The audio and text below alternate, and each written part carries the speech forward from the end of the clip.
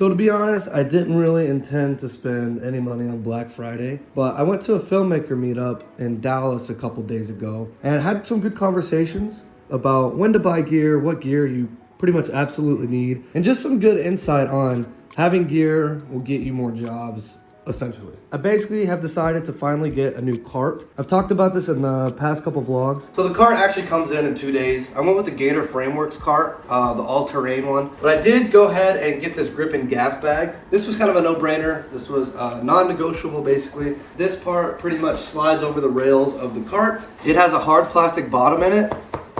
So I basically could just slip this onto the front of my cart, take my C-stands, and then set them in there like so. So another thing I got for the cart were these kind of flats. They pretty much just tighten down to the side of the cart whenever it's like fully built out, and they sit like this, and it creates just a little bit more structure on the cart itself, keeps things from slipping over. Small Rig was having a fantastic sale. These were 40% off on Amazon, so this was $139.99, I believe. So I went ahead and picked up one more 99 watt small rig V-mount battery, which gives me 3 total. Now I can have both my FX6, my A7S III on a battery, and I could put my 60X on that battery as well if I need to go handheld or anything like that. And the last thing that came in today is this boom arm. Now this is a recommendation from Peter Mokri. He was at the filmmaker meetup that we were at, and he recommended these boom poles. Now he recommended the Avenger boom pole. I don't believe that's what this one is. I think this is a different brand. So right now I'm using a cheap light stand. I would never ever recommend this. I'm just doing this for showing purposes. The way this thing works is it has this pivot point here. So you can rotate this any way that you want.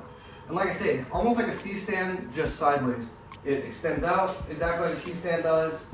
And then it has this balance on the back where you put a sandbag if you need to counterweight it to keep it from falling over. Obviously this thing would fall over very easy on this cheap tripod, but this also loosens up and allows you to pull the arm in and out. But the other reason I got it is I also just ordered a diffuser kind of like this, and it's just the diffuser by itself, it's not the frame. The reason I did that is when I was a PA on a shoot I did a while back, which I did a vlog on, he had his diffuser and he basically just had it on one of these arms as well, extended it out, weighted it out, all that, and then just basically tied the diffuser to it. And it was just a lot easier to keep the diffuser in a bag and put away, and it was just not having to fuss with the frame. Now obviously if I was to go outside and it was windy, I would need a frame. I wouldn't be able to get away with this, but Aperture was also running a sale for Black Friday where when you bought the Aperture 600X, you got the Fresnel and the barn doors completely free, which I think is a little over a $200 value. And I believe that the 600X was marked down a little bit as well. So I have a shoot next week for 4 days as a G&E. It was either don't take the job and make no money, or take the job, make no money, but have it cover the 600X mostly. It doesn't fully cover it, but enough to justify spending a few $100s. For the fact that I've been needing one, this is a perfect scenario. I couldn't have asked for a better scenario to basically have something come up and it pay for something I need. I think the 600X is gonna be great. I think it makes me more appealing when people wanna hire me. So if I can continue to expand what jobs I can take and what I can be hired for, then I expand my ability to make money, essentially. So that comes in tomorrow, which I will show you right now. So here it is. The only thing I'm missing is all my C-stands, but I'm not gonna get those out of the truck just to put them in here. So here's the bag I was talking about. It holds all of the C-stands that will go in there. Like I say, it's got a plastic bottom, so I don't have to worry about it puncturing. It's huge, by the way, and it fits perfectly. It was made for the rock and roller, but it fits on the Gator Frameworks cart. I assume this is just a universal design. It has this cinch, once you have a bunch of them in there, you can kind of tighten it down, keep them sturdy. So like I was saying, the deal that I got came with these barn doors from Aperture, and then the Fresnel. So took it out, checked it, make sure it worked. It worked fine. Barn doors are working good. I've never actually used barn doors before, but I've seen what they can do, so I'm kind of excited about the possibilities with those. And then this was the big purchase here. So this is what kind of started the whole thing to begin with, was purchasing the 600X. It kind of led into a snowball effect of buying this and that and all that. But yeah, this is the 600X. I threw a couple clamps in here just because they fit perfectly. But this is the 600X. We will set this thing up tomorrow and it will earn its paycheck this week. And now I have a new 600X to add to my kit, which is something I've wanted for a very long time, but was very difficult to justify dropping close to $2,000 on a single light. That's just how it is when you're freelancing and you have to purchase your own gear.